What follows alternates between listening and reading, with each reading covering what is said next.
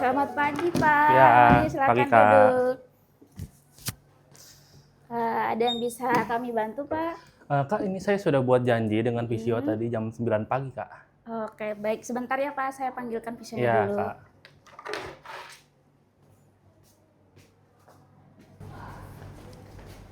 Pagi, Pak. Pagi, Mas. Visionya, Pak. Iya. Saya tinggal bentar ya. Iya.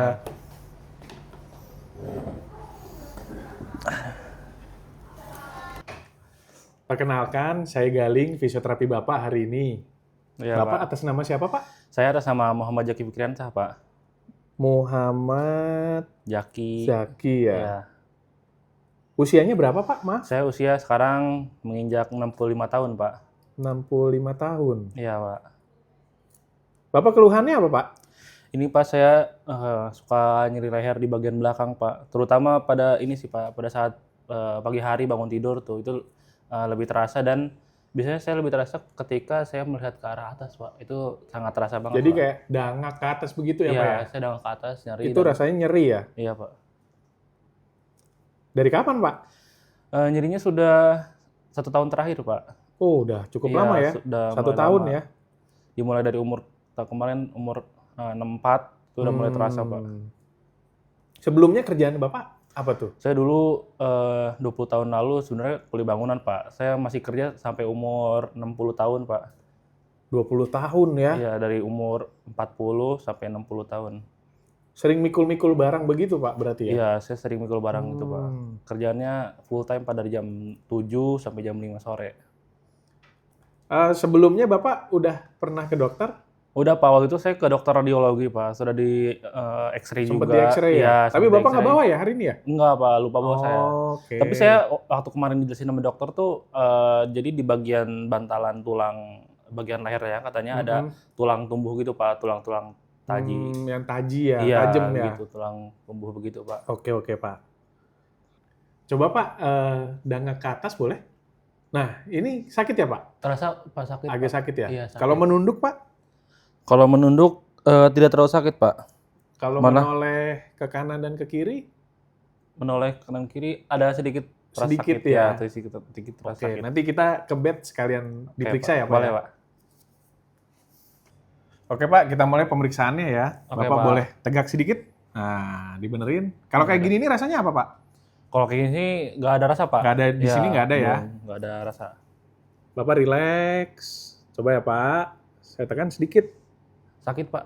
Ada rasa sakit ya? Sakit, Pak, di arah daerah belakang. Oke. Daerah sakitnya di sini Pak? Iya, di daerah-daerah belakang sini, Pak, belakang leher.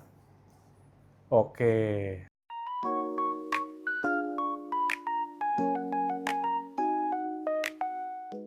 Oke, kita lanjut lagi ya Pak. Ya, Badannya Pak. tegak lagi boleh?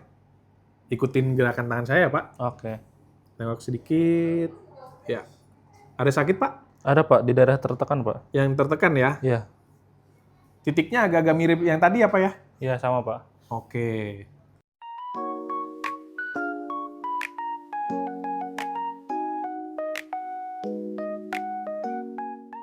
Oke Pak, kita lanjutkan pemeriksaannya. Bapak relax. Relax ya Pak. Santai. Saya tarik sedikit.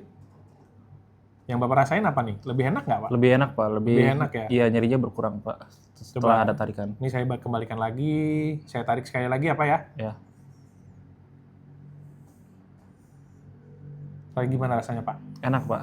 Enak ya? Iya, rasanya nyerinya berkurang. Oke.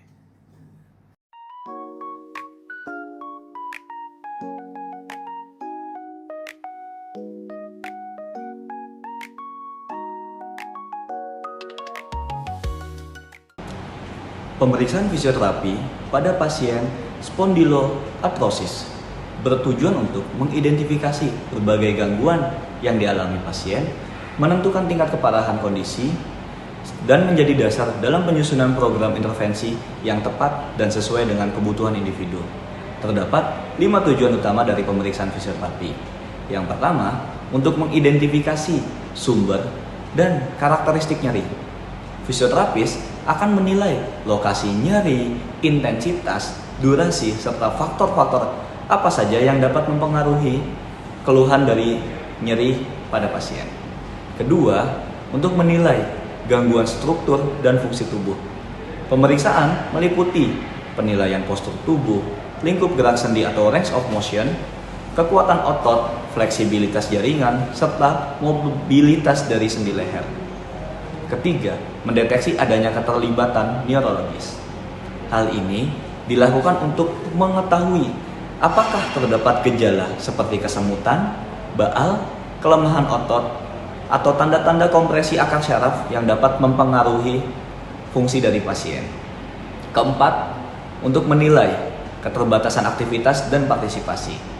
Fisioterapis akan mengevaluasi sejauh mana kondisi pasien mempengaruhi kemampuan melakukan aktivitas sehari-hari seperti menoleh, membaca, bekerja, mengemudi, maupun aktivitas fungsional lainnya. Yang kelima, untuk menentukan diagnosis fisioterapi dan merencanakan intervensi yang sesuai.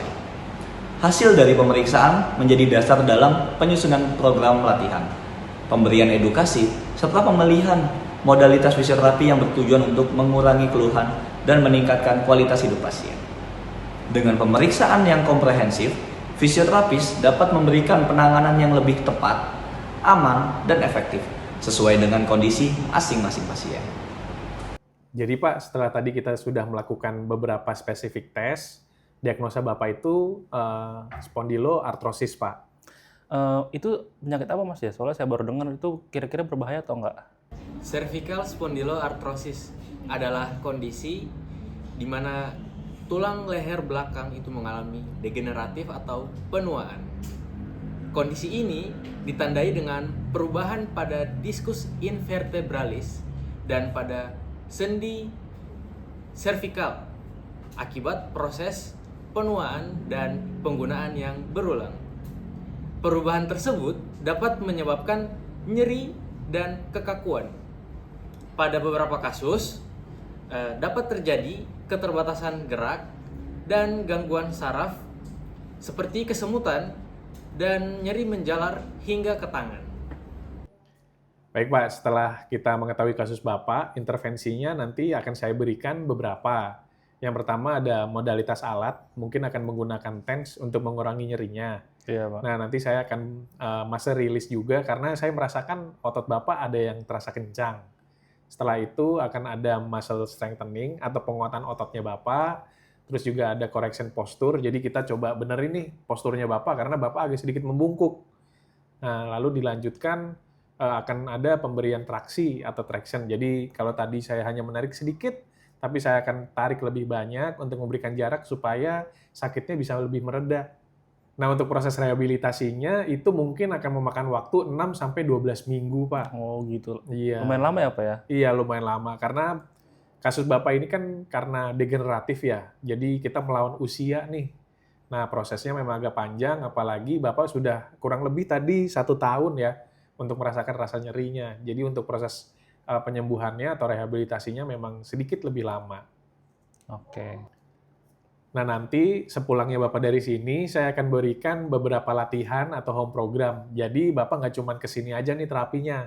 Bapak di rumah juga bisa latihan, juga bisa memperbaiki lehernya. Jadi, rasa sakitnya bisa berkurang, Pak. Oke Mas. Jadi home programnya apa ya Mas?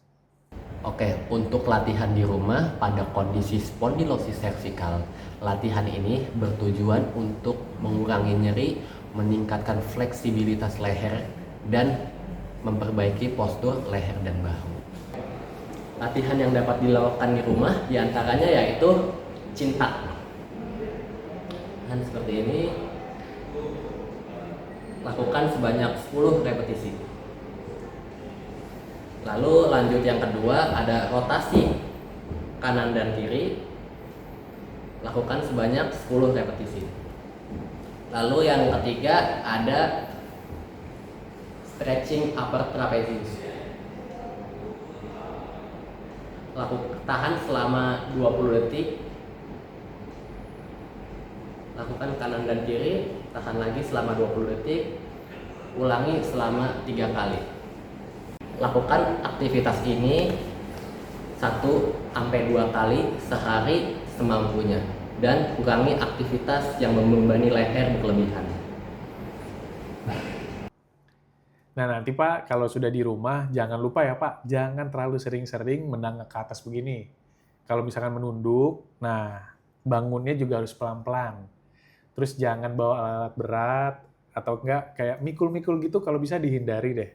Nah, nanti kalau misalkan tidur, itu Bapak biasanya tidur bantalnya 1 atau 2? Saya kadang-kadang karena kasur saya di bawah, jadi saya suka kadang 2 Pak bantalnya. Oh, Biar support juga. itu nanti jangan terlalu tinggi Pak, jadi pakai Oke. 1 bantal aja cukup. Kira-kira begitu sih Pak untuk hari ini. Jangan lupa nanti home programnya dikerjakan. Jangan lupa juga tadi yang saya ingatkan ya Pak. Oke Pak. Terima kasih Pak.